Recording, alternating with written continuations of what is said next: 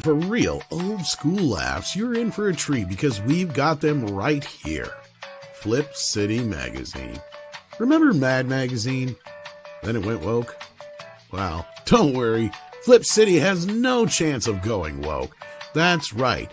4 times a year, you'll get an actual printed magazine full of jokes, stories, comics, and more, all about today's pop culture, entertainment, and woke politics. Flip City takes terrible entertainment trends we love to hate with hilarious parodies of Lord of the Rings, Stranger Things, The Walking Dead, Star Trek, Hunters, and more. Trust me when I say there is nothing else like Flip City on the market. So subscribe today. It will be delivered in print, or you can even get it digitally if you're one of those wacky Zoomers. Either way, follow our link and sign up today, and if you put in midnight, you get an extra 10% off. Check out Flip City Magazine today.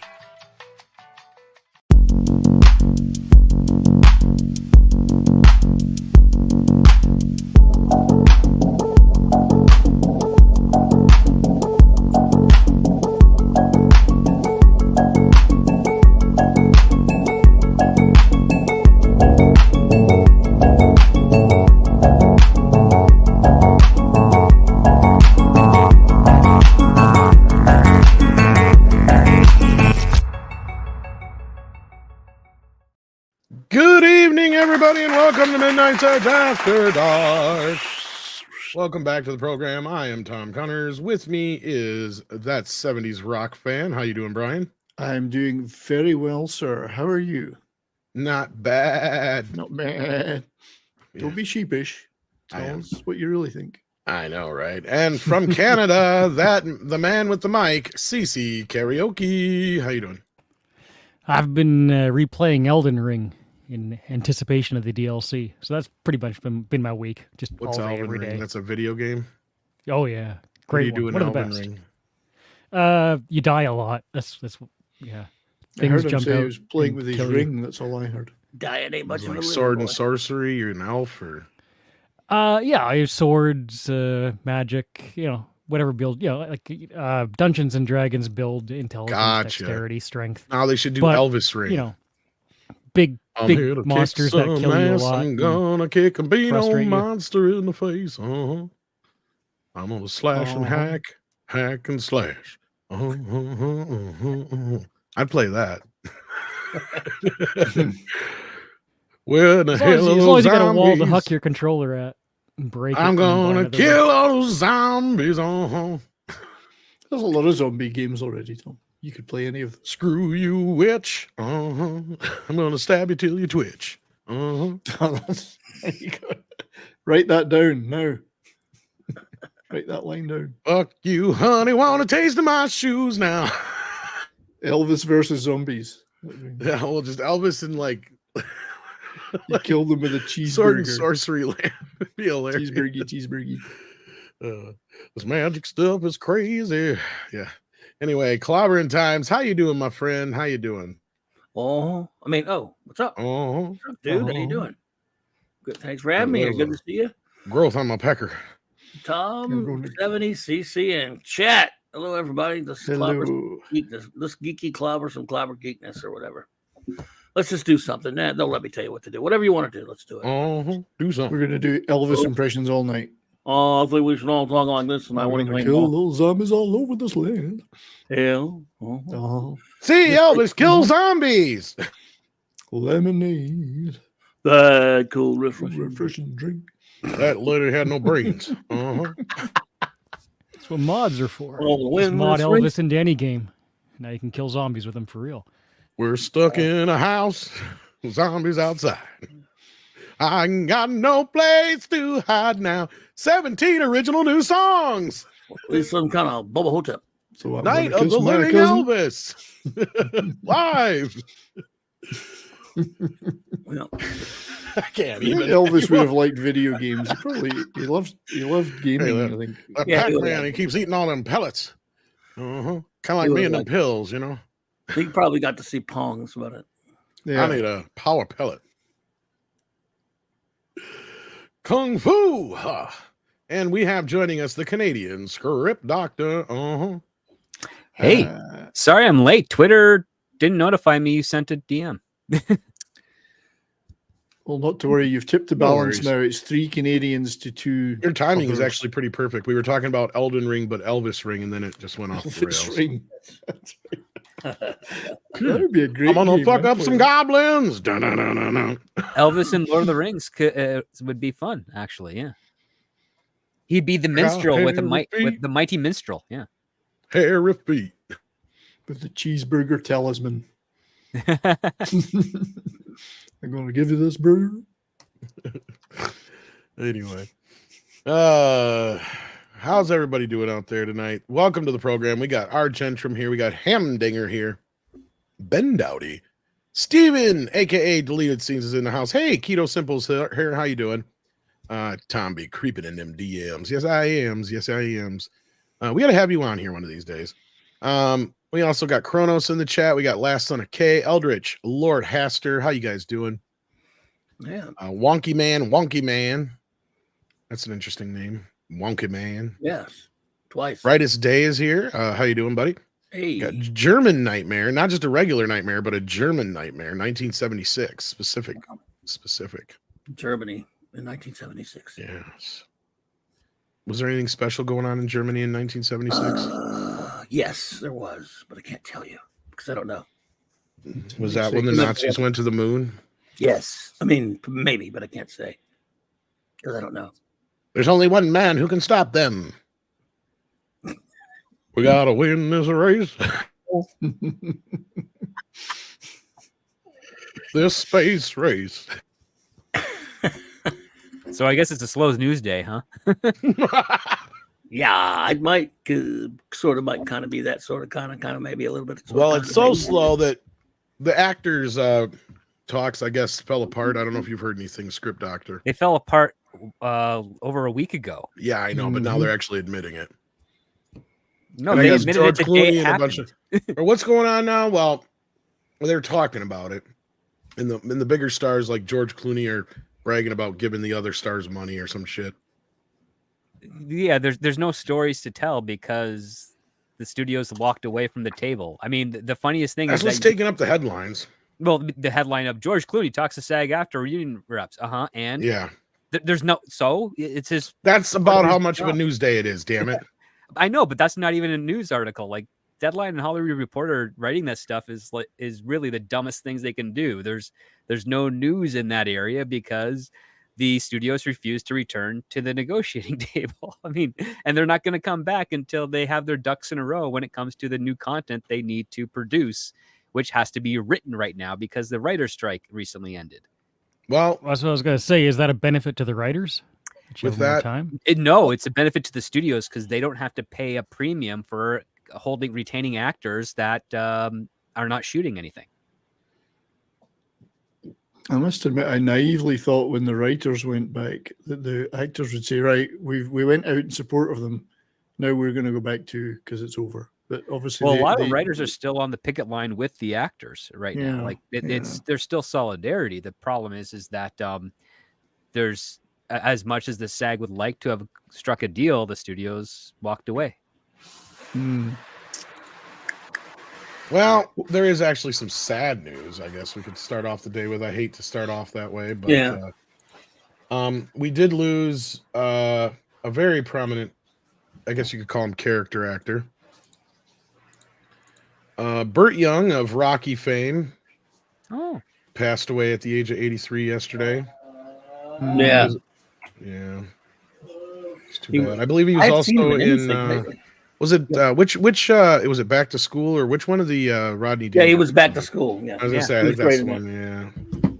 I haven't seen him been in tons of movies, but yeah. But I haven't seen anything in so long. I kind of just I think he's been semi-retired since Rocky Balboa. Remember in Rocky Balboa, they said Paulie had passed. Paulie. And well, he's in Rocky Balboa. It's Creed where they say he passed. Oh, was it Creed? Yeah. Okay, was he in Rocky Balboa? In movies, okay. Yeah, and Balboa, he did a great performance in Balboa because he kept on saying, "Look, Rocky, it's you fighting a computer." That's right. I was thinking about. I'm living in the past. I was thinking of Adrian had passed. Okay, so my sister. And you're still here, and I'm still here, and she's not, and all that stuff. Yeah, he just goes off. That was the last time I've seen him. Then. Well, apparently he was working on a couple of things, but I don't know what they Yeah, I were. don't know. Yeah. Yeah. That's too bad. I thought he was older, 83. Yeah. Of course, I he would always have thought he seemed was older. I guess he was really close to Stallone's age, but he plays like almost at least 5-10 years older in Rocky for sure. Yeah. It feels like. Yeah, Wow. there's a movie that was in production about a high school hockey team that he's making, which is interesting. The hockey movie. Well, that's too bad. Yeah, Well, hopefully they finished it at least before he passed. But yeah. I don't know. Yeah. Don't know, but hope so. Yeah. Yeah. That'd be a nice. I don't know which one to hit. I'm seeing double. We'll hit the one in the middle. I don't sweat you. I don't swear you. It just takes about like 6 years to get to know him. You want the bird? Oh, yeah. Go on the street, get the bird. I want you out of this house. I think they had completed the hockey movie, so that's at least something that's going to come out. Yeah. Well, that's That'll be good. nice. It's called Way of the Warriors, apparently. Oh, that's kind of a derivative title, but I'm always interested in a good hockey film. Yeah. And I don't like me it. too. And I don't like that they cut all his robot stuff out of Rocky 4. I prefer the Paulie I like version. Oh, you mean in the She loves me, you know. re-release of Rocky 4? Yeah. Yeah. Yeah, I don't know why they Holy. cut that out. I guess Stallone hated it, right? When I get a watch. Rocky 3, I love that. He's kind of the heart of Rocky in a weird way. I mean, of course, Rocky has heart, but I mean, he's always that piece that ties him back to home. I know a lot of people hated him after Rocky 5, but you know, it's just it's sad to see that he died yesterday. And like I said, I thought he was older than that. 83 seems young. I know, still. that surprised me. Yeah, I would have thought he was. I would have thought he was more like 93. Yeah. That's really surprising. Of course, he always played older. I think that was part of the problem too. I mean, he always looked Hmm. like one of those kind of guys. So yeah, look a little rough. Well, you got for your his age. Keanu Reeves, who never gets older, and then you got the actors who start old and just stay old. Like Tommy Lee It's Jones. always- Yeah. Who eternally play 50 something. Yeah. Yep. Of course, now Tommy Lee's playing like 90 something, but yeah, Well, he is almost 90 something. that's what I mean. Yeah. He's able to it's play just- his age now. Yeah. I that was sad. I heard that yesterday. So not to start off with sad news, but some other sad news, especially if you're a Deadpool fan. This was actually the only real news story to cross today. Deadpool 3 will be pushed. We don't have a date yet that I know of course. But it was Probably supposed to be out in end of May. summer. Yeah. I would imagine that, or Christmas. Because as you know, because of the actor strike, everything's still pushed back. And they don't have an end in sight at this moment in time, so they have no idea when they'll be able to resume. So it's kind of a non-story, but yeah, go ahead. Well, apparently, the Captain America New World Order, Brave New World, it has taken its scheduled the Deadpool 3's release date schedule. So that must have finished filming then, huh? So it must have finished filming before the strikes, and they don't have a window for any additional photography, so it all has to be done in the edit bay. I wonder how many Marvel movies did they actually get done? I know they had the announced ones, but we had been hearing that Kevin Feige's been kind of hacking and slashing away over there. I don't remember which. I know they've got I thought they had the Thunderbolts shot and the Captain America one you just mentioned. Did they have anything else shot yet though besides Deadpool? They were working on at the time. Well, don't Deadpool think was really in early stages of production. Yeah, that's what I'm When saying. that photo came out, they were probably only about 2 weeks into production. Right. I think it was 2 or 3 weeks. Yeah, what we had heard. But that's the thing is like, that's what I'm trying to ask though. Is how far have they gotten now? Like, did they get anything done really? I think we've only gotten like 2 or 3 projects that have been finished for Marvel. I mean, if you count the TV shows, a few more, but Echo is pretty much the only other one, right? Left now. Echo is coming out in January. So yeah, I mean, listen, they were delayed by COVID for a number of reasons, and they're at best able to get maybe 2 movies out a year. So if the Thunderbolts and Brave New World were completed, those are the ones that'll probably be on the schedule, and likely Deadpool might be coming in right under the wire for 2024, or maybe it might be pushed to early 2025. Keep delaying it. I have really low expectations for this movie right now. More time maybe is at least an opportunity. I actually have higher expectations for this than the second film. I did not care for the second film. But with Hugh Jackman in this one, I have a little bit more hope. Klobby, how about you? You're the comic book guy here. How do you feel about this? I never really not a big Deadpool guy, but I like the other movies. The movie's okay, especially the first one, but so that doesn't really affect me much. I maybe it'll be fun to see Hugh Jackman when they finally do get this thing made, but nah, I don't know, man. Got nothing really. Just Disney Marvel could just stop for all I care. I mean, there's really nothing left. So Yeah. if they make it, they make it. If they go all that trouble to making it, I guess I'll watch it. Yeah. Well, there's no point in anything being released if the actors are not available to promote it, because apparently that's the big selling point of any movie. That's what they think promoting it. anymore.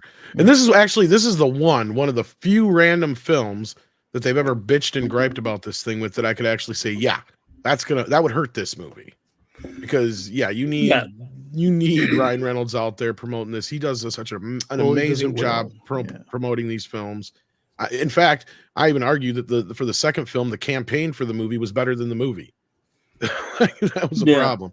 So I can't wait to see what they come up with between these two. But yeah, Brian, I guess you kind of said your piece already too in CC. So unless anybody else has any more to say about this, until we know more, there's not much. I was going to ask, does anybody know how much footage they shot before the actors went on strike? No clue. Like Script said, we heard 2 or 3 weeks where the shooting was all that was finished, so they didn't get a whole lot done yet. That's maybe like a couple of pages of the script. Yeah, and I mean, I'd heard rumors that prior to that, some of the cameos that were all like rumored for Doctor Strange and such, I had posited then that because Ryan Reynolds was rumored to be hanging around Doctor Strange, and I said I don't think he's shooting anything for Doctor Strange. I bet you it's for Deadpool 3. So I wouldn't be surprised if they pop up with a bunch of cameos that they already pre-shot, throughout the last couple of movies or something like that too. But because everybody was convinced he was going to be in Doctor Strange because he was supposedly on the set in costume.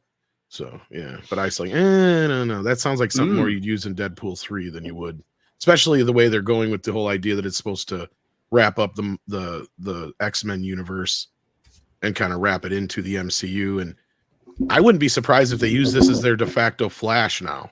If all this stuff with Kevin Feige is true, if he's really kind of thinking about resetting everything, and he's been talking about reboots after Secret War and all that kind of business. I mean, they haven't even got that far on Secret War yet. Who knows?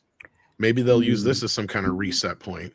It's funny because tomorrow I'm releasing an audio file on my Patreon of how you can kind of use Kang Dynasty and Secret War to get things back on track when it comes to Marvel. Yeah, I might turn it into a video. It all depends if I can get some images put together in time. But yeah, AI, my friend.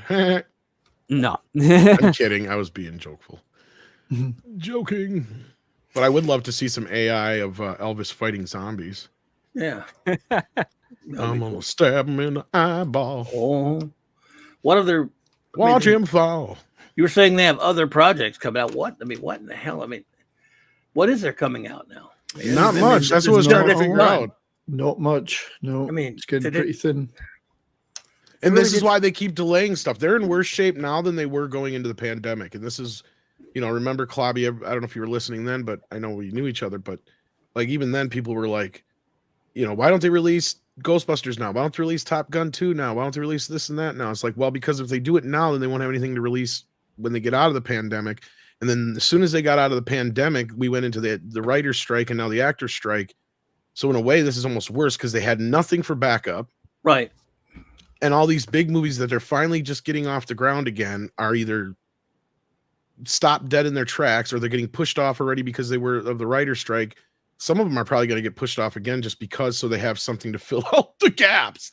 Yeah. I mean, I don't know if I'd be surprised. What do you think, Script, on that? No idea, actually. It's all up in the air right now. Because we already know, like, we've had most of Warner Brothers movies have been pushed off to next year outside of Aquaman. Most of Disney's movies have been pushed off to next year outside of the Marvels. Stuff already for next year is being pushed. We've talked about how Superman's probably going to end up being pushed. Possibly, I wouldn't be surprised, especially now that they're going this long into the strike with the actors. But the thing is that James Gunn has been prevising the film all the way through. So again, hopefully he can hit the ground running, but he'll have to, because if he can get into production before June of next year, he can make 2025 release date. Yeah, Elvis scared stupid. I'm gonna beat up these trolls. I'm out of control.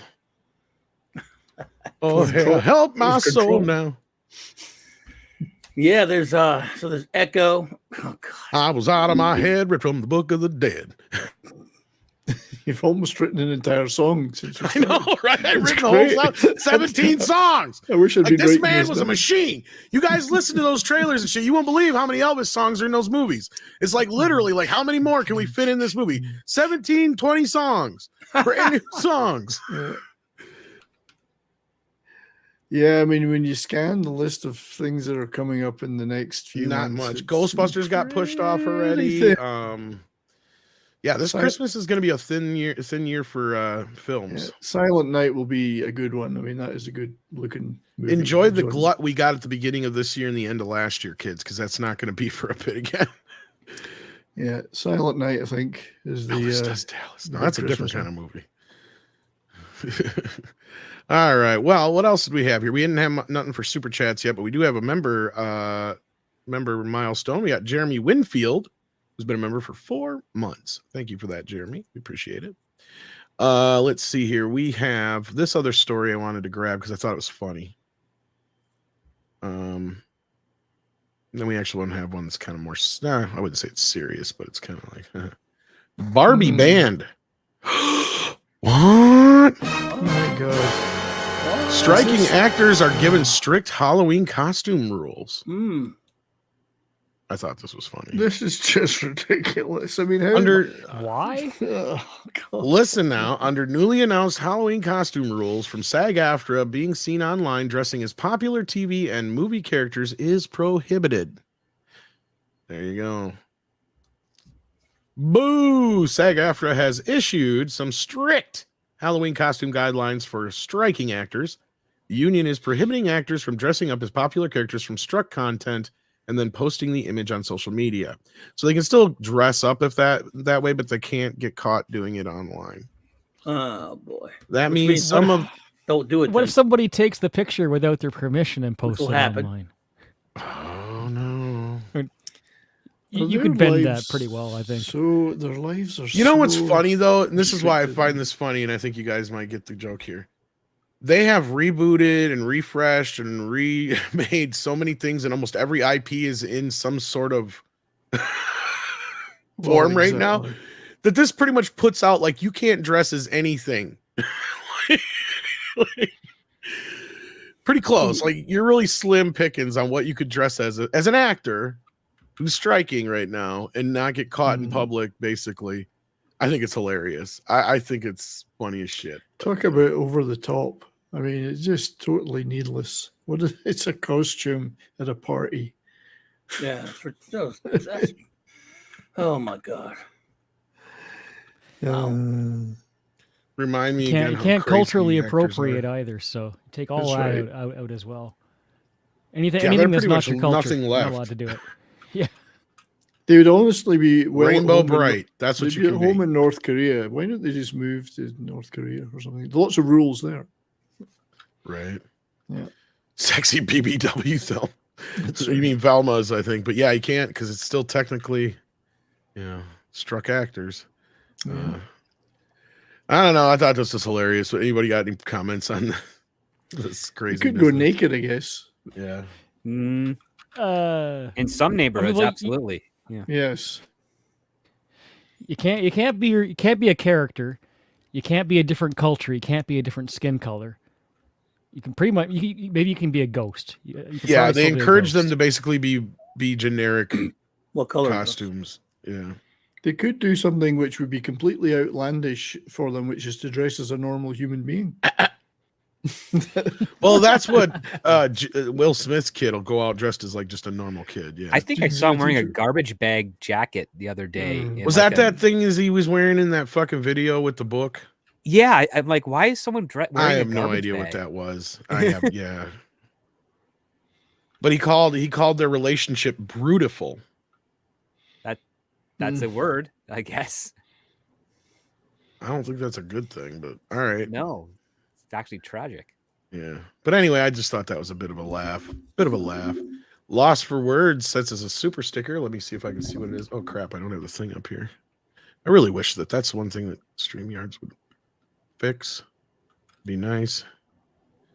Let's see here. It was a little pear guy giving a big thumbs up. If you haven't hit that thumbs up yet, please do. Thank you, Lost for Words. Nicholas Horton has been here for 24 months. Happy anniversary, Nicholas Horton. Says Netflix Geeked Week is coming soon. Trailers for upcoming new and returning shows or movies. Well, that's cool. Unfortunately, Netflix nails you with copyright claims if you show any of their shit, even trailers. So yeah, trailers are the worst thing to show, unfortunately. Netflix did land a deal with John Lasseter and Skydance. Yeah, I saw that, and there was the whole thing with was it Skydance that left? Was it Sony or some? Who was it they were with? Apple. Apple, yeah. No, It's not that they left; their contract ended. That's what it was. Yeah. Apple wasn't going to pursue anymore, and they let any stuff that Skydance that's still in production. Apple has released them to use anywhere else. So Skydance immediately ended up brokering a deal with Netflix for I think a three-year contract. So There Netflix will be distributing John Lasseter-led content. Mm-hmm. The new Pixar. Well, Christopher Nolan says Taylor Swift skips studios for Eras Tour release, and it's showing them how incredibly value movie theaters are. I thought that was another interesting. Well, for Taylor Swift, yeah. Well, in general, but they got to get some more movies out there. That's how slow the news day is, kids. It's very expensive to four-wall a movie at a theater. It is. We haven't even hit the 30-minute mark. We have nothing left to really talk about that's of any value. Unless you guys can come up with something out in the chat. Throw one out there. Did you say earlier that they finished the Thunderbolts? I believe so. I think I had seen or heard that it was finished. That's going to be terrible. Not even. They had to finish before Harrison Ford croaked. They can't lose another actor. He's in that too. Playing Thunderbolt Ross, yeah. Bring in another Thunderbolt. So he's going to be in that and Captain America. He's playing Thunderbolt Ross in both of those. I don't know. Yeah. I think he's in both. Yeah, I was going to say. I know he's definitely in the Thunderbolts. Yeah. I knew he was in Captain America. I think somebody asked him what a Red Hulk was, and he goes, "What the hell is that?" The fake Captain America movie. It's going to be a pretty low voltage Thunderbolt. Well, Harrison Ford says that about every role he plays except Indiana Jones. Yeah. He found aliens. I don't see any reason for Thunderbolt Ross to be in Thunderbolts or nothing to do with each other. But part-time. I'm assuming Aquaman is still coming. Is it December 20th? Is there new news about the Friday the 13th rights? Because otherwise, I don't need the fucking migraine right now. No, there's nothing. I was going to say, because they're still wrapped up in craziness. And I know Blumhouse was talking about it, but that doesn't mean they have anything yet. Like, that's what I got from that article that I read. There was like one or two other things that Six had brought up, but I can't remember what they were. Oh, but we got Nick Weiser coming in here. Maybe he can save us from monotony. What's going on, guys? Hello, chat. Hello, mods. What's up, Tom? Script 70 CC and Clubby. Hey, buddy. What are we talking about? not much. Boobs. Not much. Good old slow Thursday. I'm looking through the headlines, seeing if I can find anything. I'm wondering if I shouldn't have went to go see that Martin Scorsese movie. In. Oh, what have you got a week? That would take you a week to watch. I heard it's like, long. Yeah. Yeah, it's like 4 hours, something like that. I hope there's an intermission in that bitch. I hope so too. If not, I know it drops on what is it, Apple here, and when does it drop on Apple? Anybody know? Good question. Somebody Probably a week after it's theater or 2 weeks. I was gonna say, so I'm probably not gonna waste my time going to see it in theaters. Listen, if it's for our movie, I need a pause button. Well, like I said, at least an intermission. Waltman says, how about a movie about the U.S. creating the bat bomb in World War II. No, I'm not joking. We did create an animal WMD along with the pigeon guided missiles. I remember reading something about this once. And I also read that there's like 20 more bat species that are now extinct. Which sucks. So, yeah. I thought they were Tom great being the survivors. latest. They were. Someone hunting them for meat. No, they've been getting pushed out of their population where they normally are, and then they've been picking up weird diseases from other places that they normally wouldn't be, and it's a mess. And then they've introduced some other like foreign species into the mix, and yeah, it's just. Isn't Bat Tom on the endangered list? Yes, there's only one. There's only one. But yeah, I'm sure that would be an interesting film. I don't know how well PETA would would react to it, but I discovered that from watching a Korean show the other day that you can make a grenade out of a potato. Ooh, A potato. potato bomb. Hopefully, it's got butter in it. Well, it did, and obviously it has the well, most then common it's not filling. the bomb now, is it? Oh, It's got the most common filling, the cheapest one, potato. well, what about sour cream? But yeah, no, I think an interesting film. I don't know how well it would fly in today's world because people are very sensitive about animals more so in films than they ever used to be. It feels we like. need to stop catering to that because it's not like Hollywood hasn't had examples of every time you add one of these things in, they always move on to the next thing that now we need to remove this, we need to remove that. They need to just say, you know what, enough is enough. Like We need an Airbud Golf. Ooh, I don't think they've done the golf dog. Yet. They've done a bunch of them. I don't know if they did. Have they done golf? Have they done Airbud Golf? No, I don't think so. Because he's definitely done soccer, football, basketball, hockey. Did they do a hockey one? I think they did. I know they did basketball one. Baseball. I know they did football, baseball, and basketball. I didn't know about a hockey one. Oh, did they do baseball? Did they do hockey? Was it baseball? Maybe it was. I don't fucking know. There's a bunch of buds. Darts. We just need more of them. We need an actual dog that's not a computer animated thing to play a sport on screen so that people can rejoice and say, yes, this is the type of crap we were solely missing. It'd be bigger than YouTube's. It's uplifting. Mm-hmm. There's not enough movies about sheep. Play football we need for more reals. Sheep movies. I'd be all for like you dog would rides. want more sheep movies. I would totally let a dog use any bathroom they want. Oi. Oh, Mecha J brings up a good comment. Yeah, I heard about the controversy from Guardians of the Animals. You know, even though I didn't see that movie, the Guardians the of the bad Galaxy guy Volume mistreats 3. them, and that's useful for the movie. I think people are making too big of a deal out of that. But it's so weird. If anything, I'd say is like, yeah, James Gunn manipulated you a little bit, but that's what movies are supposed to do. Yes.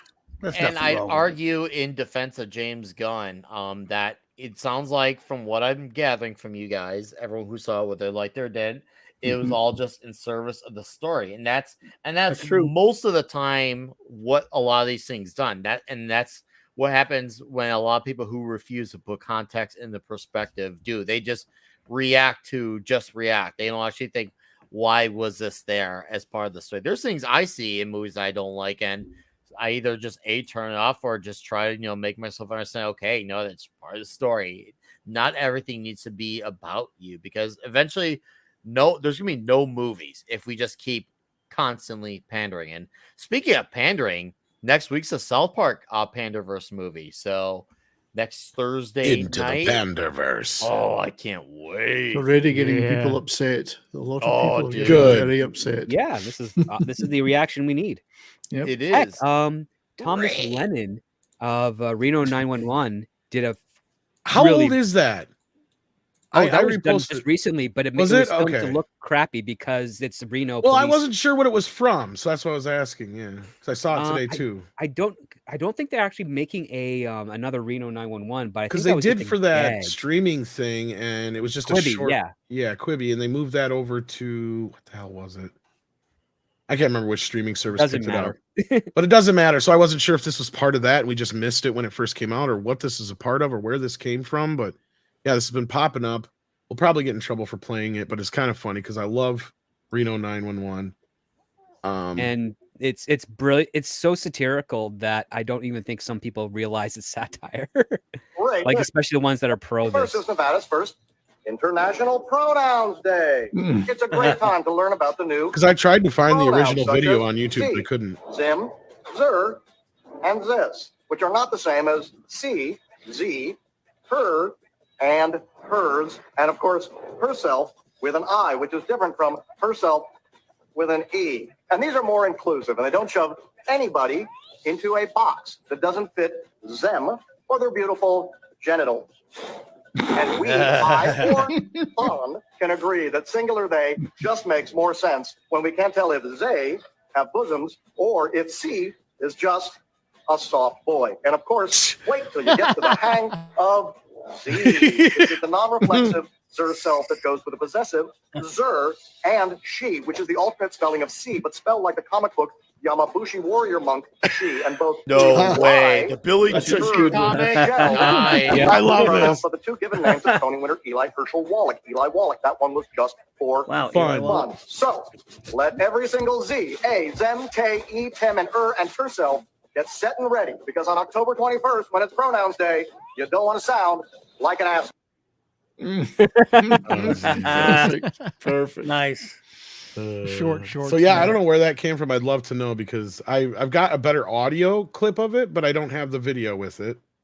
Yeah, And the only video I found is that one. Otherwise, it's another person just filming it off their television. And it's like No, I think it's done intentionally because the gag is that it's a local advert for that day. However, I don't think this was part of the Quibi or the Quibi show because the pronoun thing was nowhere near as complicated when that show was produced and released as it is more recently.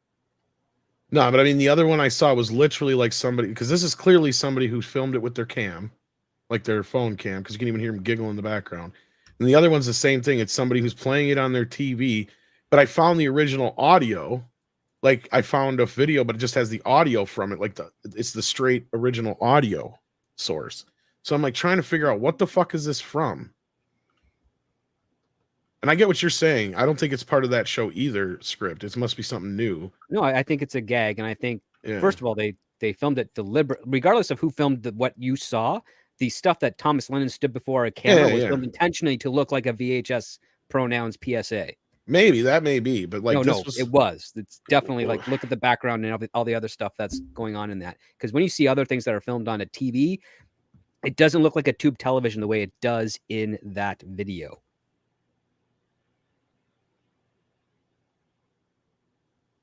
I got nothing. I mean, but that's part of the joke. That's one of the running gags that they do over there at Reno. Great show. Really it's a brilliant show. Yeah. See what I mean? Oh yeah, that's a different one. Yeah.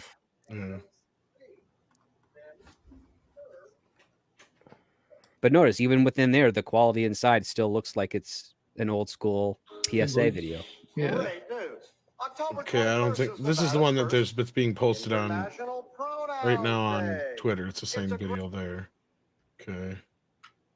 Now here's the one that's just the audio. Which are not the same as See, and it's coming through stereo on my end too. her and hers, and of course herself with an I, which is different from herself with an E. See, and these are all from these like are 9 more months ago inclusive, and and they don't shit. shove anybody into a box that doesn't fit them. So that's what I'm saying. I don't know. So it's probably from like maybe an album I don't know. originally. Well, the And then they pacing of reshot that it? sounded different from the Year video ago. version. Oh yeah, it definitely did. Yeah, it's got a different quality to it. So that's what I'm trying to. No, I'm being his pinpoint it. performance was more controlled. That could be too. See, the original one here that I showed you where it was being filmed off a TV screen comes from 2 years ago. Really? Yes. So that's where I'm not 100% sure it's Well, that's not still, from that's that still a Quibi year era. after Quibi finished. Okay, well, it might be from that. I never watched that show, so I don't know. I've seen the original show, but I just never got a chance to get around to watching the revival or whatever. So I don't know if somebody knows more about it. Please hit me up and let me know. Otherwise, I just thought that was hilarious too. I saw that today going around. So Yeah. Otherwise, I've been doing a lot of reading lately. I found this book, doing some light reading. Is that made of human flesh? I'll swallow your Is soul. I'll swallow your soul. It kind of does stink.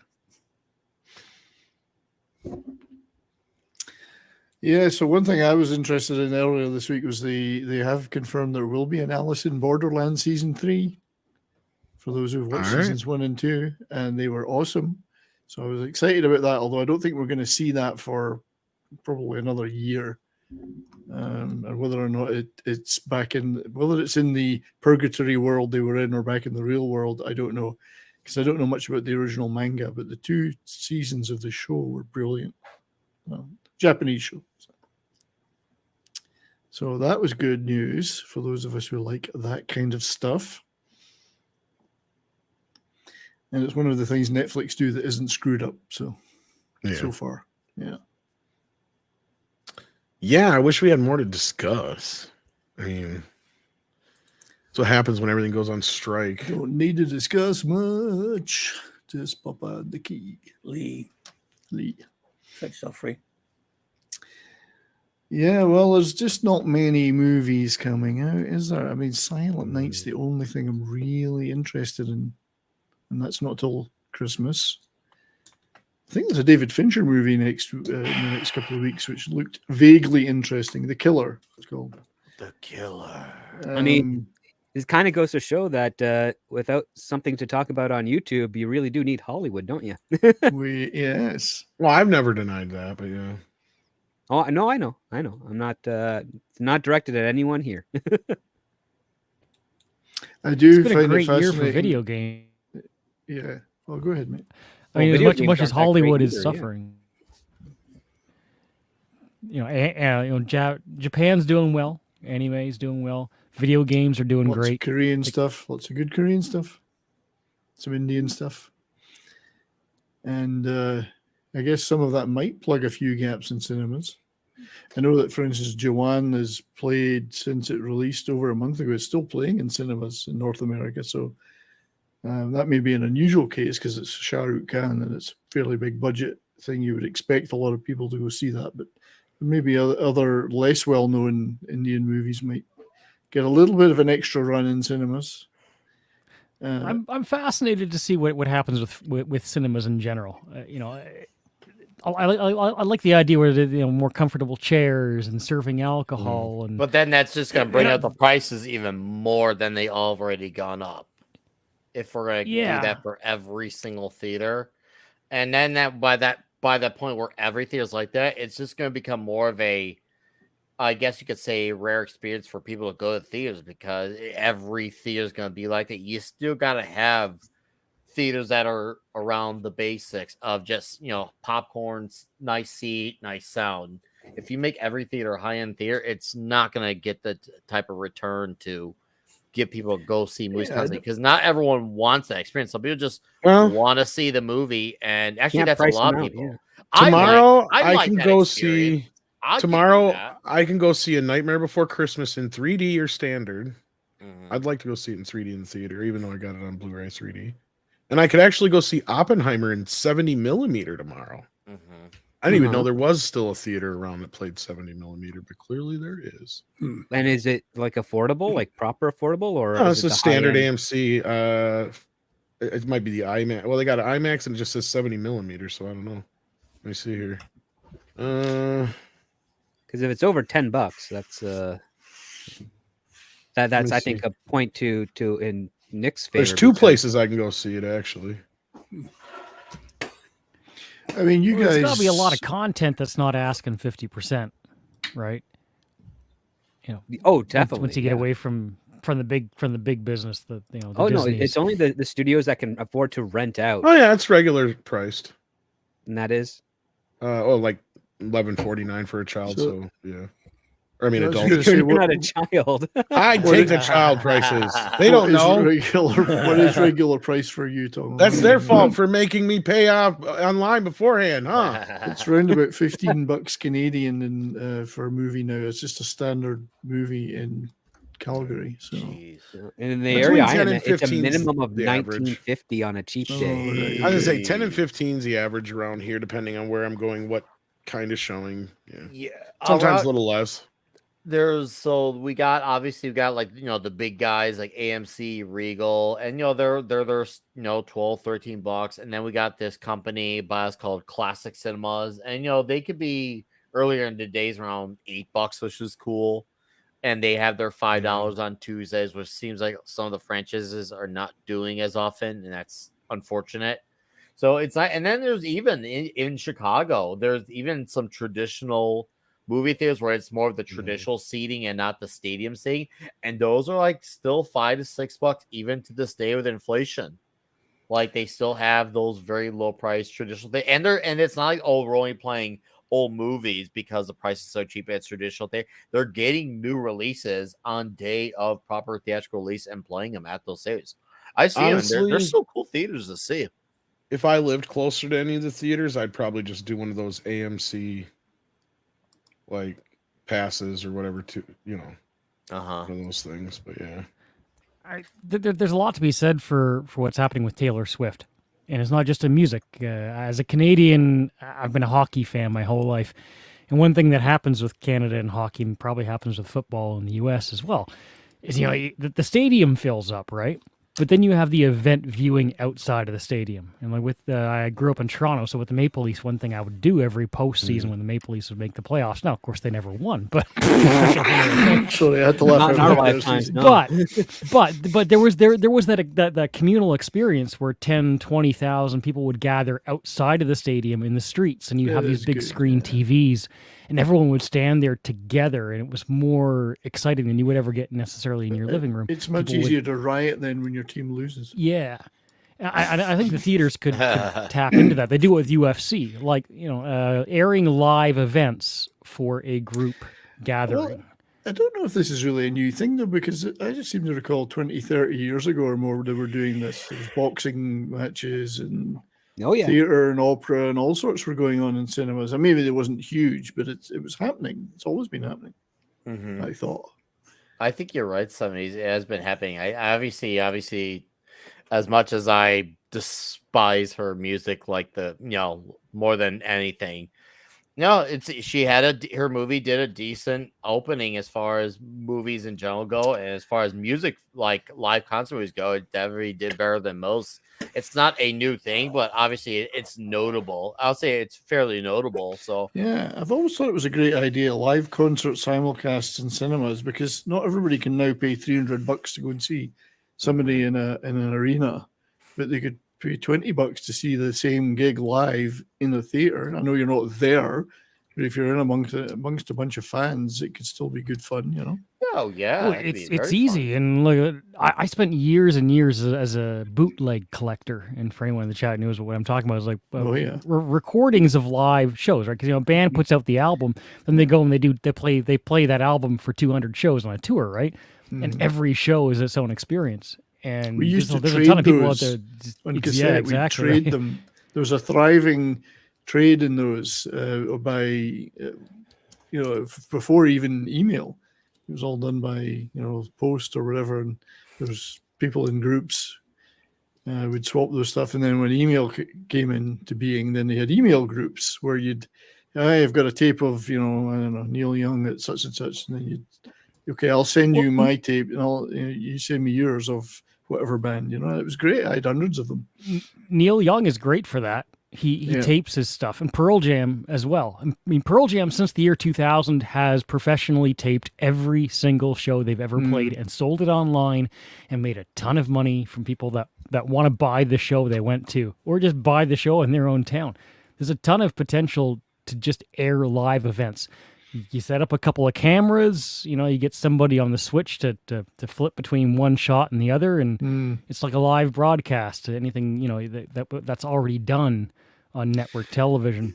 The thing is, it's so commonplace now with phones for people to film the whole damn gig, and you've got thousands of different people on their phones doing it. It was a lot more of an art form in the old days to get a big, bulky video camera in to the gig to try and film it illegally. That was tough. Bringing a phone in, You know, everyone Yeah, does stuff it down your pants and try and get Yeah, in through but- security. when you had like VHS style recorders, trying to get those in, but people did it. They got them in and they filmed stuff. It was quite the art form.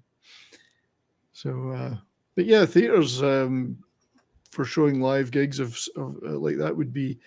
I mean, it would have to be certain acts. Clobby's got to go. All right, Clobby, go ahead and plug your stuff, brother. Oh, thanks for having me. That's no big deal. I'll be back once I get done doing what I have to do here. I'll be back tonight with the Clubhouse at 9 p.m. Central, with Raquel and Mark, of course. Woo! And we're continuing our reviews of Blake 7 and the Star Trek comic and all kind of other fun stuff. So there's that, and of course Saturday Night Star Trek, and which is up 9 p.m. Central also. So. Thanks a lot for having me, buddy. I appreciate everybody. Good to see you. Sorry to cut out so early, man. No, you're fine, brother. Don't worry about it. All right, buddies. You take care. See you later. Right, take care. All right. Anyway, where were you guys in your conversation? I didn't mean to disrupt it. 70s was going off. Oh, I'm done. I'm spent. Oh, all right. Well, it's the idea of not needing to spend a ton of money on the production. We were, I know, I can't remember which show was talking about it now, but you know, like the Taylor Swift movie would not have cost a ton, and the majority of the cost would have been for distribution, right? You hire a few people to man the cameras and somebody to edit it. But the vast majority of the actual cost is distribution. You don't have to spend 200 million. You might spend 10 or 20 million. If you're a smaller production, you might only spend a few $100,000. And then in today's day and age too, you don't need to distribute the film. You just need to distribute the file and have somebody air it in a theater that people want to see. And you draw it as an event that's, you know, the draw is the communal gathering, which used to be huge. I've said this before, but the series finale of MASH or the series finale of Seinfeld, there are appointment viewing has been lost in streaming because now it's just like it goes onto the streaming service and you can watch it whenever you want, which is great, it's convenient, but you lose that event because that's the nobody's key word watching there, it. CC. Yeah, you nailed it. event. Convenience. People, because everything is so convenient, there's people like it, we take it for granted so much easier because we can just get to it in our time. It does lose that eventness. It does lose that specialness. That moment where, hey, we have to all change our situation a little bit in order to meet our needs so we can watch this thing, because if we don't watch it then it may be a while before we catch the rerun. So there's not that age. There's not as much fear of missing out. There's not as much urgency. And I do miss that aspect of it. Yeah.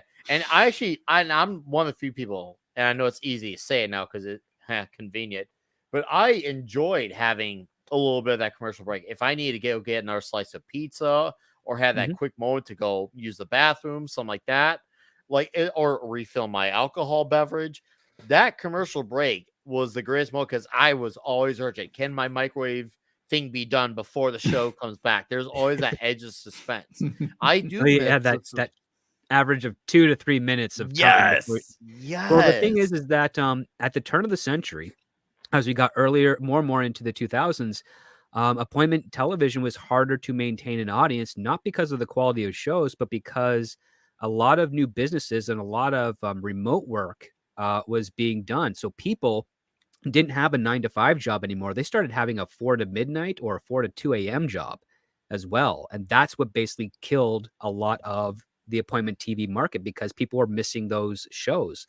That's why I had the boost in TiVo and any DVR recording equipment because people weren't available to watch television during those primetime hours because some of them took jobs where they're basically either on a call center where they're operating in the United States, but they're doing stuff in Europe and vice versa. And of course, the legendary Indian call service helps thing that we got here locally for a very long time. There's also Amazon warehouses also popped up huge. And a lot of those were 24-hour run businesses, which means that a good quarter of those employees were working the hours that they'd otherwise be at home watching appointment television.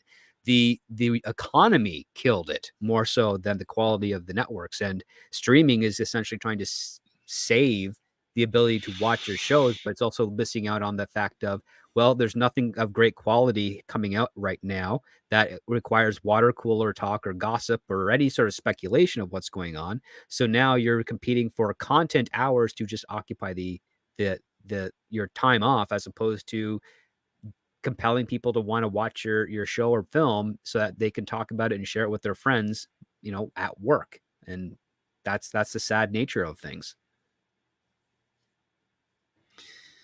Yeah. I mean, I've worked shift work in the past, and you could miss a lot of stuff years ago doing that. Well, Waltman sent in $4.99 and says, "Isn't George Clooney and other actors trying to foot the bill to the end the strike, and Netflix has increased its price today?" Yeah, I saw their price increase today.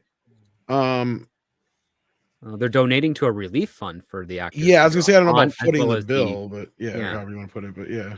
150 million relief that goes towards actors and IATSE and other unions that are being affected from the lack of work during the strike. So yeah, that's what they're doing. So that's how much is that in total? Because that's in addition to what the Rock put forward and a couple of other people, right? Mm-hmm. Mm-hmm. Well, I mean, that's good that they're doing that, because that's their people. So, Mm-hmm. yeah, I mean, if they've got the cash to do it, great, It's better than some of the things they could be spending it on. Do you think movies, I mean, Script, you might have an insight into this. I mean, they've been predicting the death of movie cinemas for years now, particularly in the last few years, but they're still stubbornly clinging on there. Is there a long, slow decline, a terminal decline, or do people still see going to the cinema as a great night out, something that they definitely want to do and do often? Not so much in the younger generation, unless it's something like a Taylor Swift or the Barbie or what have you. But no, the younger audiences, the Gen Zers, they don't care. The ones after them might, because again, there's some parents would be keen to taking their kids to see movies and give them that habit where they had the Gen Zers had that opportunity, but you're then competing with the access of TikTok and all those other direct to streaming platforms that shaped and changed their mind at their adolescence ages. And right now we're kind of seeing a little bit of a pushback from parents not letting their children have devices of that nature until they're much older, or at least trying to prohibit it as best they can, which is very difficult to do. I expect Generation Alpha to be the pushback, because that's always how it works. It's the nature of things for the kids to push back against the parents. And sometimes they're right, sometimes they're wrong, but it's how things work, right? It's like Generation Alpha is probably going to be the return of comedy, because they're going to look at everything that's been going on in the last 10 years and think we're just all crazy and stupid, and that we have no attention span. So now they need to counteract that with having. Now there'll be 800 maulers instead of one mauler to balance it out. That's it could, that flip could happen, and I don't want to say it will, but I can see it happening. I'd like for that, because there, especially for people on YouTube, our channels are not built on the 30-second instant gratification. We know videos like Midnight's Edge, and obviously even videos from like the Critical Drinker. Those guys rely on the 10, 15, sometimes 30 minutes, sometimes even more format. They tell a story and they want to take you on that journey. And there are clips that I've seen the few times I've seen on people's phones of TikTok, but it's there and then it's gone. And I feel like, at least with the video format, there's a longer lasting impression. And I want gratification. Yes, I think you hit the mark and with instantly forgotten too. Sometimes it's instantly forgotten. Even the funny stuff. A lot of people, they just move on to the next thing, because they want to see what's killed the next 20 seconds. What's going to kill the next 20 seconds? Before you know it, 20 seconds turns into 40 minutes of that. There are timeless things. Like, people do like to share stories. They like to share experiences. They like to pass things down. That I think it doesn't are help their that favorites. there's not as much things for to pass down to. That doesn't help as well. Like you look at what's been the 2010s. Like you had the success of the MCU, which I passed on to my kids, and what they've seen of it, they've enjoyed so far. But it doesn't help too that there's not as much original content to call their own. Like every generation has their thing, and this generation has nowhere near as much of a thing to call their own, that this is our era of this. And that's unfortunate as far as original content goes. That's if you had more original stuff that was for this generation, that would be a big thing too to go off of. But no, instead this is the generation that just piggybacks off of everything that's come before. The derivative generation, essentially. Yes, exactly. Script derivative. And that's sad. Like they don't have incentive. They don't have, and I don't blame them in that regard. Like if I was that age, even, and let's just say I was in a TikTok, I see everything that's coming out, so it's like, okay, almost everything is based off of pre-established stuff, and there should be a place for it in the world, but it should be the bulk of everything, and that's what hurts it. So you have nothing there. At least with TikTok, at least it's a newer format with the instant gratification. Granted, I know you don't get much to remember and you just move on to the next thing, but at least that's a thing that they can call their own.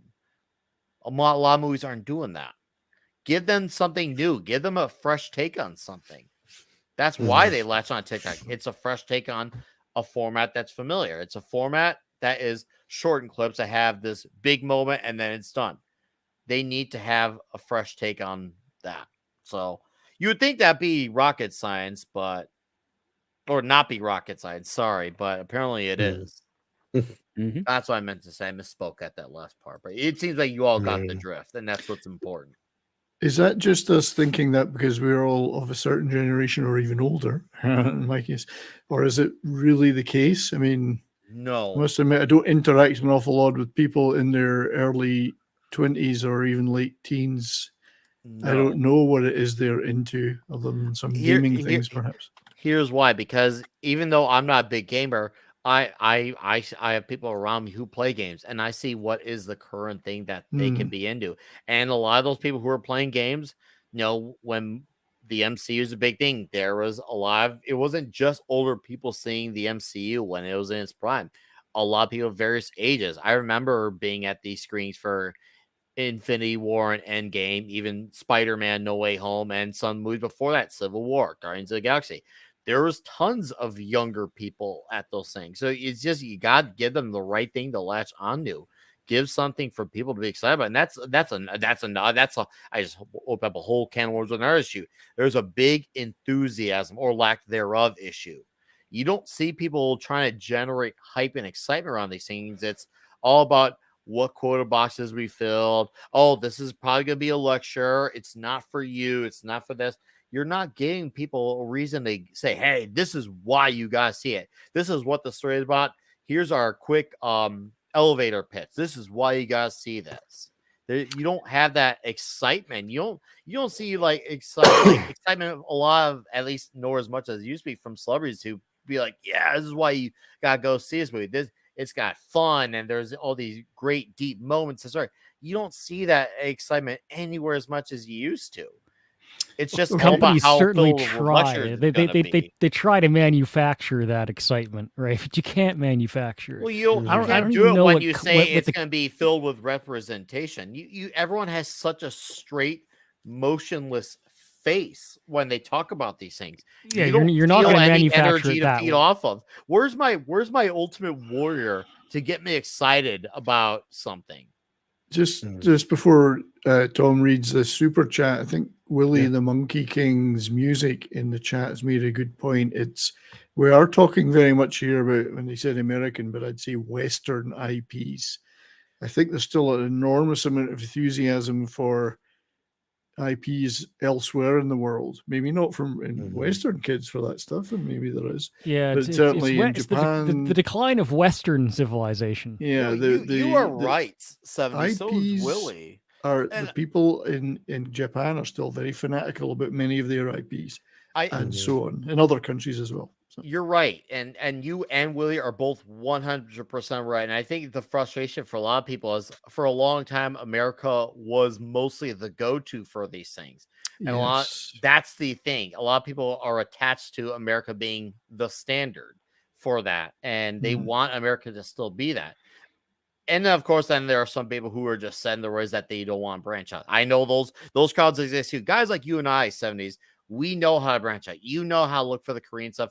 We like to go beyond the surface. I mean, you and I could have a conversation on lesser known movies. We could have a conversation on lesser known music, because we don't just seek out what's put in front of us. We like to go beyond the distance and see what's really we've out had there. to, really. I mean, we've had to in the last Well, we 2 were kind years of trained anyway. in it with music. We were kind of trained with it with music for a long time, because not everyone could talk about a band like Saxon the way you and I can, because we were trained to seek that stuff up. So for us to do that with movies, well, we were already wired to do it. So for us to transition like that, it was a bit easier. Music was for me, certainly back in the day. Music wasn't that experience. It was always looking for the next new band, the next new song, the next new thing. Not settling for, well, I've got these 10 bands that I love and that's it forever. Yeah. So I guess that, I mean, that could translate into movies and TV and other IPs too. I think the other factor here is that some decades ago, there was a very much smaller pool of stuff for people to gather around. You know, it was like in music, you had the bands that made it, like the Black Sabbath or Led Zeppelin. They had $1 million budgets from a label, right? Or, you know, you could, not everybody could film something with a cell phone, and TikTok may not be the $200 million film, but it's a gathering place. It may be a cheaper budget, but it's still film, right? It's still creative content, whether it's short form or long form. Now there's just so much, and you have to dig for it. You have to find it. Some people will just click on the first thing on the feed, and those might be larger groups, but you have all these smaller groups now, right? Well, they don't necessarily have the patience to look for stuff either. So, I mean, we back in the day when I browsed record stores constantly, all day, every day. It was always that looking for something. That took hours I could spend hours doing that. Do people really want to spend hours looking for anything now? Seems to be, as Nick says, instant gratification is the key now. So they don't want to wait. They don't want to seek out. They want what's in front of them. What's presented to them is what's in front of them, and they provide them with clips that are very easy. You don't have to do much effort to find those things. It was about 20 years ago. I spent a summer sleeping on a waterbed in the woods. It was just literally just out in the woods. And I'd go and I'd wash dishes for 40 hours a week, and I earned my money.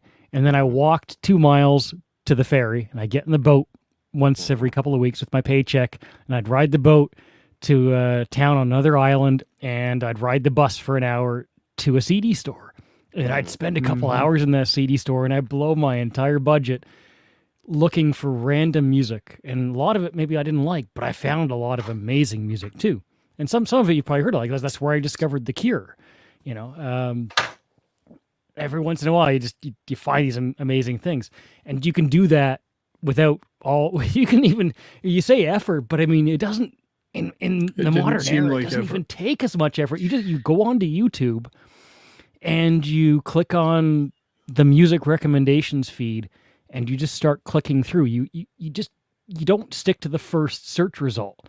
You click on something, and then you just start digging through the recommendations for hours. But you have to spend hours. But you don't have to spend your whole paycheck to do it like maybe you used to, but it's all there, you know? Well, the thrift stores, there's plenty of stuff in thrift stores these days. And nobody wants. But if it is an era of instant gratification, and that translates into the future generations too, then cinemas are doomed. Maybe even movies are doomed. Because that's not instant gratification. You've got to want to make the effort to go and see that thing. You have to actually commit to doing these things, and to go see a band play. I hate that, because I don't want stuff like like the TikToks of the world to be banned. And this is obviously, I guess you could say, a cultural parenting issue. People need to learn moderation, not just get so obsessively into one thing and just rely on it. Then without it, you're nothing as far as entertainment. People gotten so hooked on the TikToks that there's a lack of and I'm not talking about government moderation. I'm talking about self-moderation. Self-moderation. There's no self-control. There's also a self-control issue.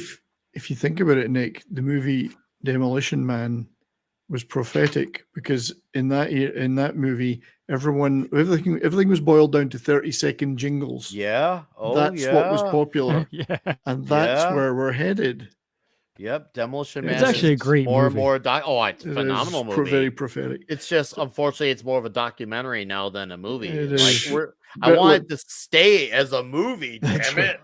I love it as a movie, not as a prediction. We better get used to only Taco Bell's existing, or was it? That's right. Then I would never eat Mexican again. Depending on which country you watch the movie in. Well, that's okay because Taco Bell's not Mexican. See, so Marcos A says, "Yeah, any info on the next James Bond movie? Is Nolan really directing, and who's the next Bond? Oh, as far as I know, all of it's still up in the air. I don't think Nolan is directing. I don't even know if there's even been conversations. Rumors are always, there's always rumors abound about who's playing him next, but I don't think we'll know for like at least another few months, if not next year sometime. Yeah. It will be Rachel Ziegler. Panderverse it into a female. You could be right. John Evans, Christopher Nolan directing and Tom Hardy as Bond, maybe it would be all right. I don't know, but Nah, not Tom Hardy. yeah, he could be the brutal Bond. I don't want Tom Hardy could be a villain, a great Bond. Yeah, so he's too ugly to be Bond. On that, his face is kind of mushed in. Yeah, I don't feel like that's a Bond thing. And he has maybe Gerard Butler then. I just his teeth are almost as bad as mine. He's cheap. You can get him for like $1.5 million. Exactly, cheap. Anyway, John Evan Bear says, "I am marathoning." Oh, go ahead, CC. No, I was just gonna say I love George Lazenby. Me too. Yeah, well, he's the only one that wore a kilt, so I got to give him props for that. And the story behind how he got the role. I mean, it's Well, John Evan Bear Tom. says, "I am marithoning a Nightmare on Elm Street movies this month. What is each of your guys' favorite horror movie franchises to marathon for Halloween?" Jeez. Well, that's probably my favorite horror movie franchise, but to marathon just for Halloween, and because for some reason, and this is just a personal thing, I always kind of associated Nightmare on Elm Street more with the Thanksgiving holiday, and that's just because when we were younger, my older cousins would babysit us while the adults would go out drinking and whatnot on Thanksgiving night, and we'd always binge whatever up to whatever Nightmare on Elm Street movies were done at the time, like it was 4, and then we added 5 to the mix and stuff like that. And then I think sometime after Freddy's dead, we all just kind of got too old to be doing that anymore. But like, yeah, just that's kind of something I associate more with that holiday. But with Halloween, I always the Halloween films, at least the first 3, if not, then I go on a venture of choose your own adventure, whether I finish it off with H2O or I go with 5, 6, 7 and whatever, or however you want to put it. But what about you guys, Brian? Anything you like to marathon for Halloween? What's your favorite horror movie I'd franchise? probably go for the Hammer Dracula movies. For me, so the Hammer time. horror Draculas, the Christopher Lees. That's the stuff. Hammer time. I want to suck your blood. Yes. I want to be alone. No, that's Bella. But yeah, I'd probably do three or 4 of those. Yeah, maybe all 7. Was there 7? Christopher Lee's Dracula. I have no idea, to be honest with you. I got the one where he's technically, it's not even a Hammer one, but it's like Dracula and Son. I have that one too. Yeah. So yeah, I think I got most of them, but yeah. Love at First Bite. Oh no, that was George Hamilton. That was George. Yeah. There you go. Yeah, that would be it, because it's nice and gothic, and lots of heaving bosoms, of course. Of course, that seems up your alley. CC, how about you? I'm gonna go with the Cabinet of Dr. Caligari. I'm a fan of anything that doesn't just blow its load in the first few minutes, and that movie is so authentic. Maybe it's helped by black and white, like old Doctor Who, the black and white era of Doctor Who, because they had the whole of the BBC available to them, right? Every set. And some things you can hide in that regard, but there's something so authentic about that film. Something that actually feels real. Like there's always that thing with that movie. It's like people believe the actor who played the vampire was actually a vampire, and it's believable. You wonder if they didn't actually hire a vampire to play that role, right? That for me is frightening. In So I go with that Nosferatu, movie. yeah. Tom, Script old Doctor? chap, before you read that one, I just got to drop out, but thanks for having me. All right. And Go eat your enjoy the dinner. rest of your night, guys. See you all soon. I got to dash. We're getting out of here soon anyway, Bye. so take Yeah. care. Cheers, Script everybody. Doctor, what about you? The Abbott and Costello horror series of Frankenstein, Invisible Man, The Mummy, and Dracula. I know a lot of people out there that are horror fans are expecting me to like legit horror films. I'm sorry, I don't. Not really. In fact, Yeah. I'll let you in on a trade secret. The best horror writers and directors out there do not love the genre of horror that much. In fact, the fans love it so much more. And you'll get people like Eli Roth, who is definitely a horror fan, but he makes terrible movies, and that explains why that's the only thing he can really make. Nobody and people in the industry love horror because it's easy access to get your foot in the door, but it's not something that we enjoy overall, like in the same ways that the diehard fans do. We do love going to the conventions though, and seeing your reactions and seeing how much you pay attention and enjoy the lore and meeting the talent behind it. Like that stuff we all love. But no, the binging horror films around Halloween, that's not really a thing that happens in too many circles, even on the independent side, sadly. So yeah, that's why I stick with like the comedy stuff. But that's just me. Nick? As far as franchises goes, because I gotta be very specific with that. I'm with script. And I've not been as good about it in recent years, but I want to get back on it. Definitely the advocate sell movies. If I had to pick a single movie, The Shining. Okay. Yeah. There you go, guys. And then we've got Willie in the house who says, in regards to Western IPs, I'm curious, especially from script, how the industry can change. I don't see Western studios bowing to Japanese studios.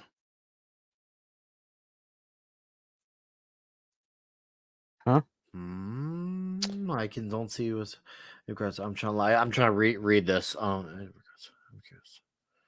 Oh, I get what you're saying. Yeah, script. Yeah, take it away, script. Well, explain it to Hollywood's script, never I going to guess. capitulate to Japan. They're very different industries. Japan also has the most terrible working conditions of any industry in entertainment, next to South Korea. So yeah, it doesn't really matter. They pump out stuff.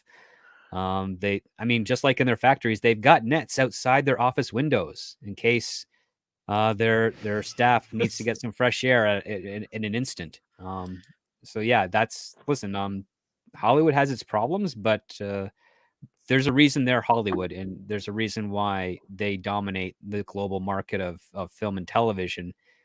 And the South Korea and Japan, which makes some amazing stuff, doesn't really travel as well in the same fields, or at least isn't able to dominate the narrative as much right now.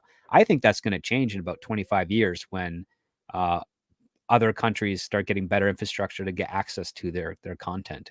You know, I kind of see why Willie brings up that point. And yes, your script is absolutely right. There's definitely a lot of issues with Japan as far as their environment goes.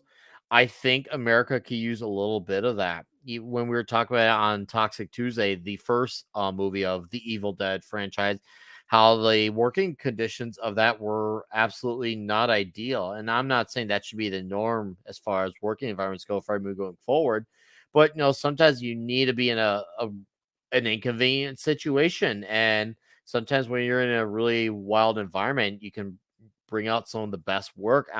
Same thing that happened with the first Predator, even. That was a very harsh working condition for them, but look at the way the movie it turned out. And I think a lot of these studios where everything is about the green screen and just always being in the comfort of your own space has kind of made people a little lazier in that regard.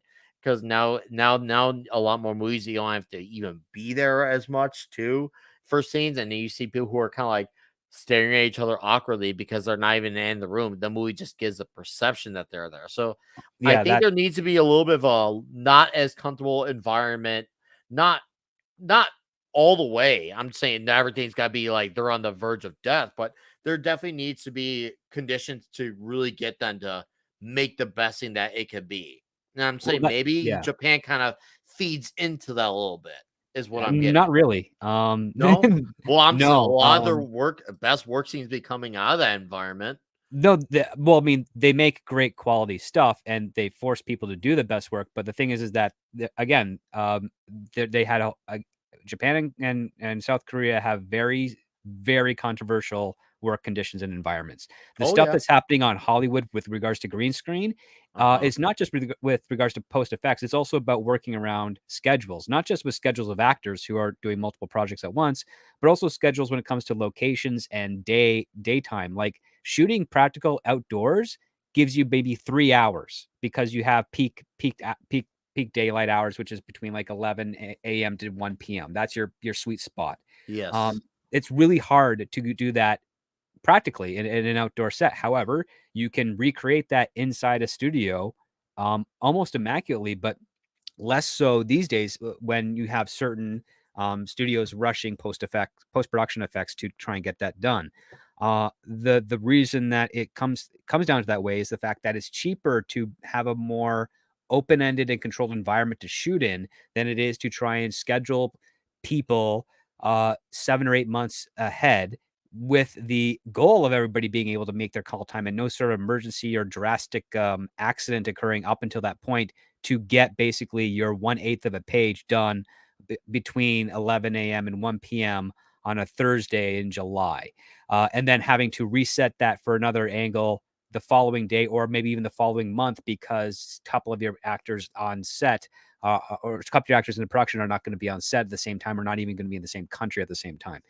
When you go to something like South Korea and Japan, they kind of lock you into an apartment and you can't leave. Yeah, I've you're heard done. that. Yeah, And I've heard that. That's the problem. And that's one of the things that you have to kind of reconcile.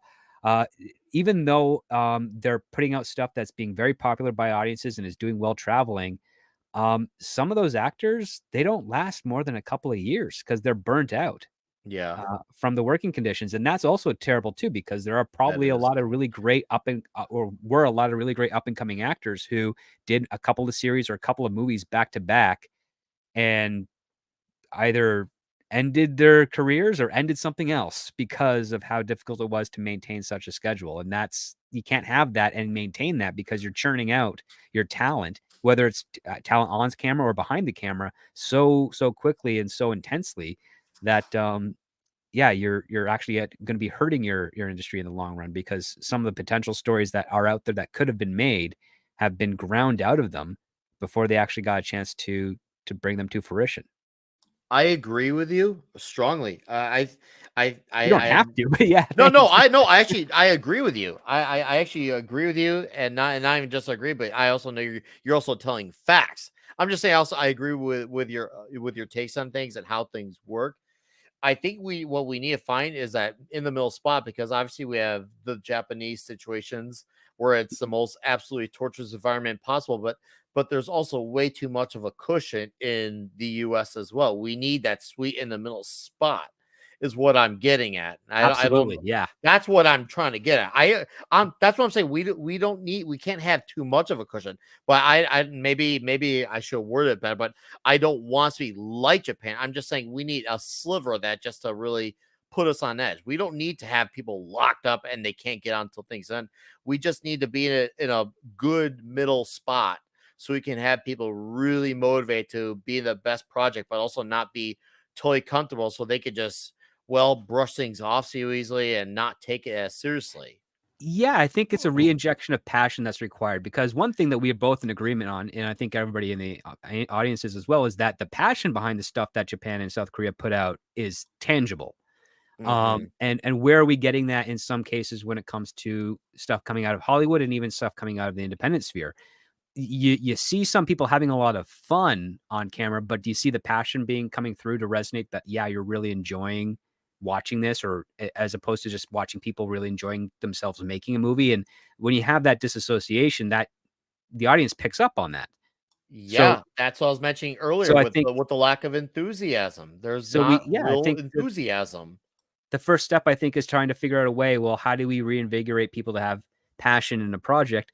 And not to belabor the point, but Tom Conkle, a good friend of the channel, friend of myself, he's got a passion project, his science fiction movie, which made its funding goal with regards to like the startup funds and costs. And he's jumping on the way to getting that produced and starting to get everything in order to start fulfilling on perks and all the things that he's promised. He's got a lot of passion for that. And I'm really crossing my fingers and sending him every single good vibe I have, and that he succeeds like no one, like he's never succeeded before, and that everybody gets to win by watching his film and seeing the very thing that we are missing when it comes to modern cinema, especially locally.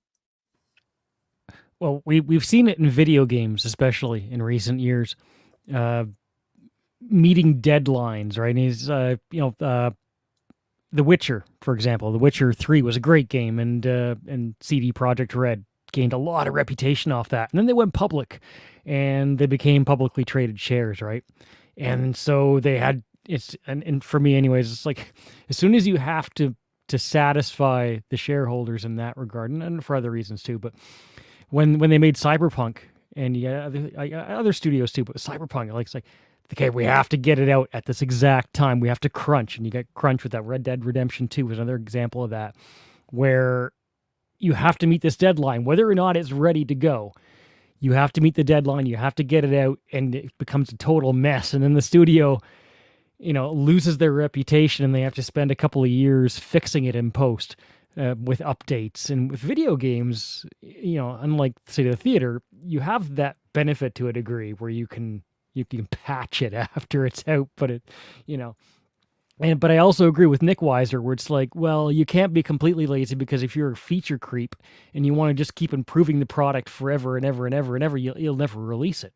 You'll spend 20 years developing it and going through different iterations and different systems, and you end up with a mess just the same. So you have to find that sweet spot, which I think Baldur's Gate 3 did, because there's a company, right? And Larian Studios, and this is an example, a studio who released several projects over the course of a decade plus, refining a formula and getting better at it, and having the same creative people on board, and improving the skill sets of all that creative group to perfect that specific thing that they were doing. And they weren't beholden to a release date. They weren't beholden to anything but themselves, self-funded, right? And they released a kind of a little piece of it to the public, and they even got fan feedback, legitimately fan feedback. Not trying to upset, not any kind of Kevin Feige stuff, right? So what do you actually want? And they spent a reasonable amount of time perfecting it and releasing it. And it's pretty universally considered one of the best games of all time. As a result, they hit that sweet spot. So I think, I think there's some that can be translated to film too. Pretty much to any medium. You don't want to burn out trying to meet perfection, but you can't rush it either.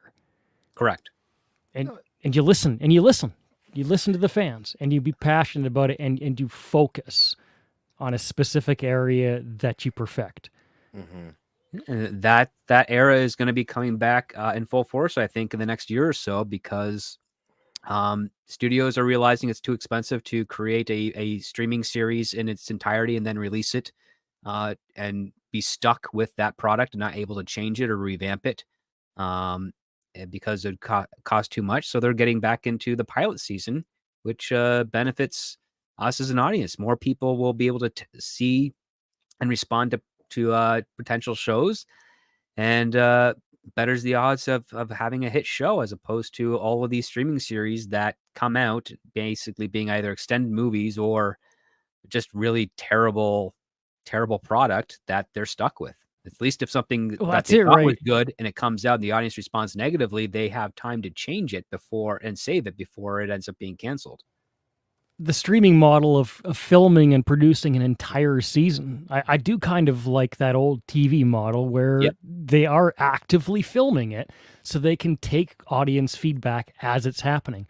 And I know for a while there, I mean, maybe Amazon abandoned this project, but for a while there, they actually had this thing where they would produce pilots and release that one pilot episode and get fan feedback about which ones to greenlight and to film a second episode.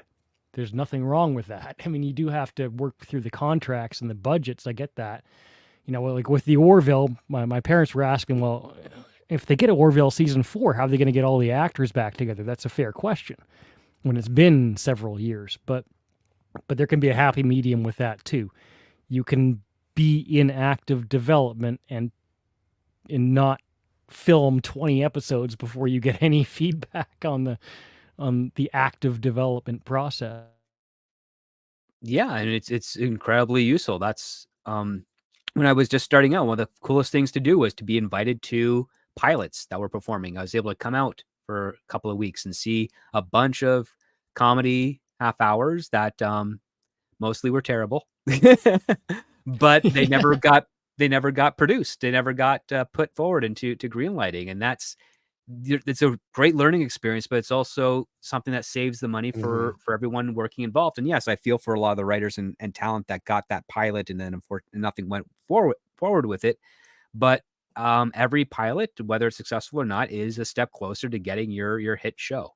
And that model, I can't wait for that model to start coming back in spades. And who knows, we might actually get some good television again, because just catching up on what's been kind of going on over the last 5 years on TV is pretty dry and empty. I mean, the only good show, or at least show that has potential right now that on the comedy side of things, is the new Frasier, which is surprisingly not terrible. And it's very Frasier-y. And it's a shame it's only 10 episodes, because it should get a full 22 season. Jason Webster says, well, the best films released this year: South Korean, Japanese, French, and German. South Korea has replaced Hollywood in producing quality films. But titles? Yeah, I was going to say maybe for a small portion of people, but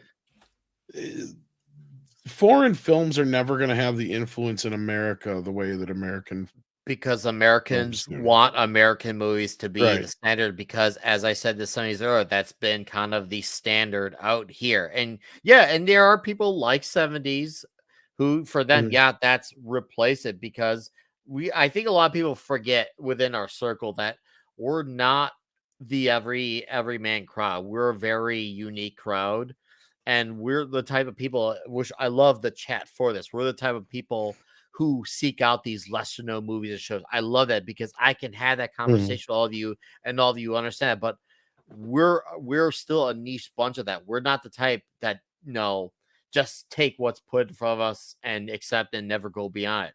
Most people do. We're a very different bunch, where we like not know what's out there. We welcome that uncertainty, whereas most of the world, they like that certainty.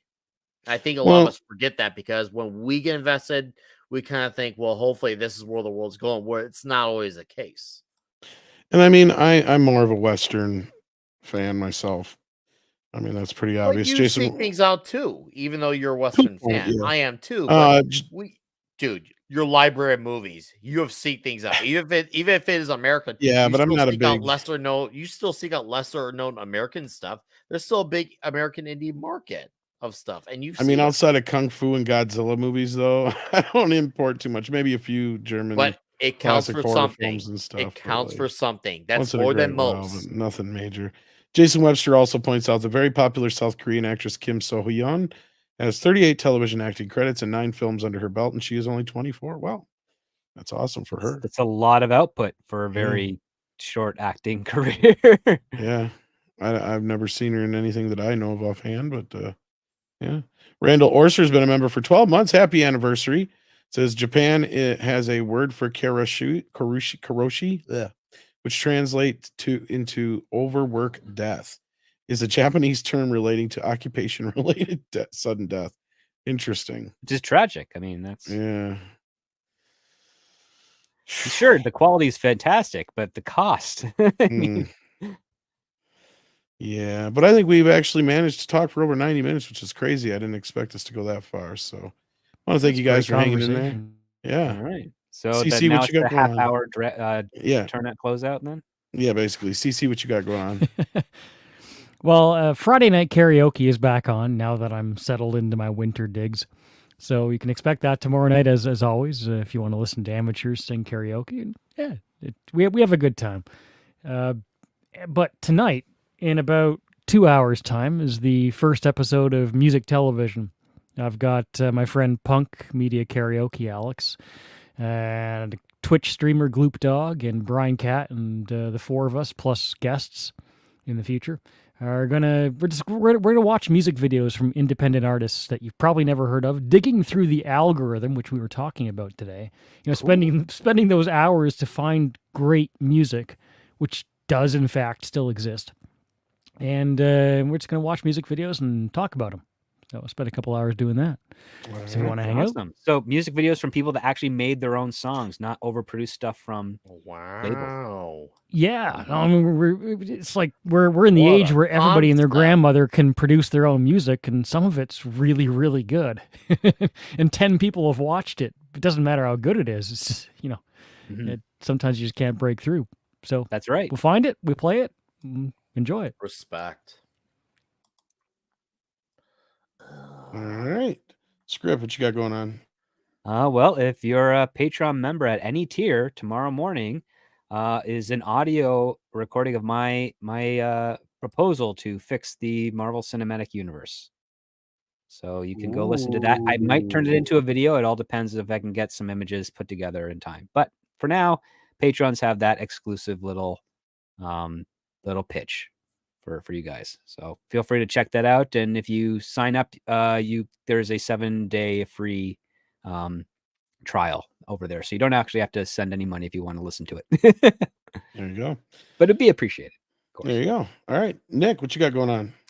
Thursday Night Throwdown in 1 hour. Comic Shop Talk tomorrow night as well. And I did a video today with Mr. MVP, Max Von Priestley, as we're talking the current Mark Miller World crossover big game. We ended up doing a 33-minute video on it. It turned out really good. So please go check that out, especially if you're into the Miller world of comics. And yeah. And of course, next week, Toxic Tuesday, Army of Darkness. This has been a really good, productive conversation, and love hanging out with the MEAD chat. You all are a wonderful bunch. And for the wrenches, thank you for your rent service. And thank you for having me, Tom. Good hang out with you, CC, and Script, and 70s and Clubby. All right. Yeah, and I don't know if I'm going to pop into the Thursday night or not. I'm just not 100% positive yet, but we'll see. If I do, I do. I don't. You never know. It's a surprise cameo, one way or the other. So take care of yourselves and each other, and we'll see you very, very, very, very soon.